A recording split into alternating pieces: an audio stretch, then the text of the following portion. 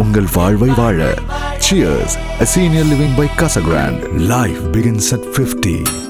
இந்தியாவில் சட்டவிரோதமாக செயல்பட்டு வந்த 242 ஆன்லைன் பந்தயம் மற்றும் சூதாட்ட இணையதளங்களை மத்திய அரசு அதிரடியாக முடக்கியுள்ளது. புதிய ஆன்லைன் கேமிங் சட்டம் அமலுக்கு வந்த பிறகு இத்தகைய தளங்களுக்கு எதிரான நடவடிக்கைகள் தீவிரமடைந்து வருகின்றன.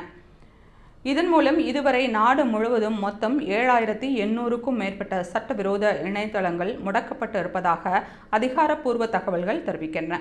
இளைஞர்கள் மற்றும் பொதுமக்களை ஆன்லைன் மோசடிகளில் இருந்தும் நிதி இழப்புகளில் இருந்தும் பாதுகாப்பதே இந்த அதிரடி நடவடிக்கையின் முக்கிய நோக்கம். ஆன்லைன் சூதாட்டத்தினால் ஏற்படும் அடிமைத்தனம், பெரும் பண இழப்பு மற்றும் அதனால் ஏற்படும் தற்கொலை போன்ற சமூக சீரழிவுகளை தடுக்க மத்திய தகவல் தொழில்நுட்ப அமைச்சகம் இந்த நடவடிக்கையை எடுத்து வருகிறது.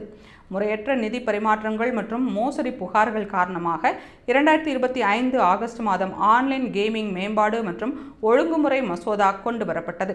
புதிய ஆன்லைன் கேமிங் சட்டத்தின்படி இந்தியாவில் பணத்தை பந்தயமாக வைத்து விளையாடும் அனைத்து தளங்களுக்கும் தடை விதிக்கப்பட்டிருக்கிறது.